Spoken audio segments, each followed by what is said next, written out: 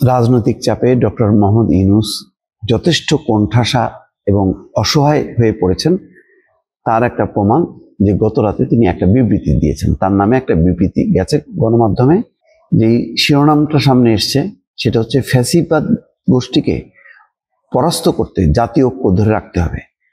সত্যি কথা বলতে কি, এখন ওই আওয়ামী জুজুর ভয় দেখায় রাজনৈতিক দলগুলোকে ঐক্যবদ্ধ করা যাবে না। তারা বুঝে গেছে যে আওয়ামী লীগ এখন এই মুহূর্তে সামনে নেই, মাঠে নেই, অনেক দূরে আছে। হয়তো তাদের একটা চেষ্টা থাকতে পারে, ষড়যন্ত্র থাকতে পারে, কিন্তু সবচেয়ে বড় কথা হলো যে সবার মাথার মধ্যে আছে সামনে নির্বাচন, সামনে ক্ষমতা। এই প্রশ্নে তারা ওই আওয়ামী লীগের কথা বলে মানুষকে ওই ঐক্যবদ্ধ রাখা, রাজনৈতিক দলগুলো ঐক্যবদ্ধ হয়ে কাজ করবে, এইটা আশা করা যায় না। ক্ষমতা বড় নির্মম জিনিস। ক্ষমতা এমনই যে বাপ ছেলেকে ছাড়ে না, ছেলে বাপকে ছাড়ে না। তো সুতরাং এখন বিষয়টা সেটা না, বিষয়টা হলো যে অনেক ভেজাল ঢুকে গেছে, এবং ভেজাল হয়তো সরকার বলতে পারে যে ভালো উদ্দেশ্যে করছে, কিন্তু এই ভালো উদ্দেশ্যটা ভালো হয় না যখন পরিস্থিতিটা অনুকূল না থাকে বা রাজনৈতিক দলগুলোর মন মানসিকতা পরিবর্তন হয় না। এখানে মনে রাখা দরকার যে এখানে বারবার সুষ্ঠু নির্বাচনের মাধ্যমে ক্ষমতার পরিবর্তনটা দরকার। রাজনৈতিক দলগুলোকেই জনগণের মুখোমুখি হতে হবে এবং তারা তাদেরকে পরিবর্তন করতে হবে। এখানে জোর করে কাউকে কোচিং ক্লাস করায়, শিক্ষা দিয়ে যে এইরকম সংস্কার হওয়া উচিত, রাষ্ট্র এমন হওয়া উচিত, গণতন্ত্র এমন হওয়া উচিত, এই পড়াশুনো করায় তাদেরকে ক্ষমতায় পাঠানো যাবে না। বা ক্ষমতায় যদি ওইভাবে পড়াশুনো করায় যদি ক্ষমতায় দিয়ে মনে করতে পারে যে কেউ যে একেবারে পুরো গণতন্ত্র কায়েম হয়ে যাবে, হ্যাঁ, ফ্যাসিবাদ আর আসবে না, এইটা একদম ভুল কথা। গণতন্ত্রের চর্চার মধ্য দিয়ে রাজনৈতিক সংস্কৃতি, রাষ্ট্রের কাঠামো পরিবর্তন, এই কাজগুলো করতে হয়। এটাই হচ্ছে রীতি। কোনো কমিশন সংস্কার এটা পরিবর্তন করে ফেলে রাজনৈতিক দলগুলোকে, এটা বিশ্বের ইতিহাসে নেই। যাই হোক, শনিবার রাতে প্রধান উপদেষ্টা প্রেস উইং থেকে একটা বিবৃতি, লম্বা একটা বিবৃতি, সেখানে মনে করানো হচ্ছে যে আমাদের সকলের মনে রাখতে হবে যে অভূতপূর্ব ঐক্য আমাদের মাঝে রয়েছে।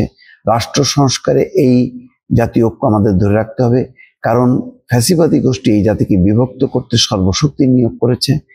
গত 15 মাস আমরা তাদের নানা ষড়যন্ত্র ঐক্যবদ্ধভাবে মোকাবেলা করেছি। ফ্যাসিবাদকে পরাস্ত করতে হলে, এই দেশকে বাঁচাতে হলে জাতীয় ঐক্য ধরে রাখা ছাড়া আর কোনো বিকল্প নেই। কিন্তু জাতীয় ঐক্যটা হবে না এই কারণে যে সামনে ক্ষমতার হাতছানি। এই ক্ষমতার হাতছানির কারণে এখন ওই আওয়ামী লীগের কথা বলে জুজুর ভয় দেখায় ঐক্য ধরে রাখা যাবে না।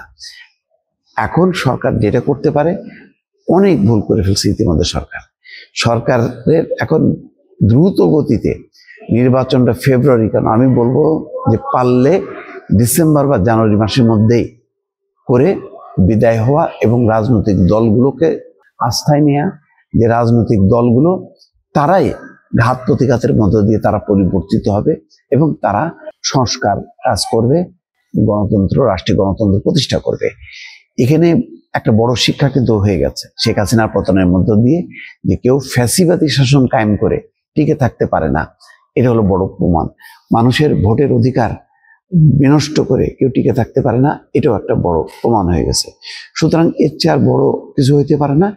এখন নির্বাচনের পথে এগোনো ছাড়া শুধুমাত্র বিবৃতি দিয়ে যে তোমরা ঐক্যবদ্ধ থাকো আওয়ামী লীগের বিরুদ্ধে, মানে ফ্যাসিবাদের বিরুদ্ধে, মানে আওয়ামী লীগের বিরুদ্ধে ঐক্যবদ্ধ থাকো, এই কথা বলা যাবে না। কারণ আওয়ামী লীগ যখন মাঠে নেই তখন নানা লীগ এখন সামনে, এবং প্রত্যেকেরই লক্ষ্য হচ্ছে ক্ষমতায় যাওয়া। সুতরাং নির্বাচন দেয়া, সেই নির্বাচনটা সরকারের একমাত্র চ্যালেঞ্জ হচ্ছে সুষ্ঠু একটা নির্বাচনের ব্যবস্থা করা। এই সুষ্ঠু নির্বাচনের ব্যবস্থা করতে পারলেই বাকি দায় দায়িত্বটা রাজনৈতিক দলগুলোকে বা নির্বাচিত সরকারকে নিতে হবে। এর বাইরে অন্য কোনো সরকার পয়দা করা যাবে না যে সরকার এই দেশটাকে সঠিকভাবে পরিচালনা করবে। এরকম চিন্তা যদি কেউ করে থাকে, এটা হচ্ছে আরেক ধরনের ফ্যাসিবাদী চিন্তা। সুতরাং গণতন্ত্রের চর্চার মধ্য দিয়ে গণতন্ত্রের সংকট থেকে উত্তরণ ঘটানোটাই হচ্ছে এখন প্রধান লক্ষ্য হওয়া উচিত। দর্শক।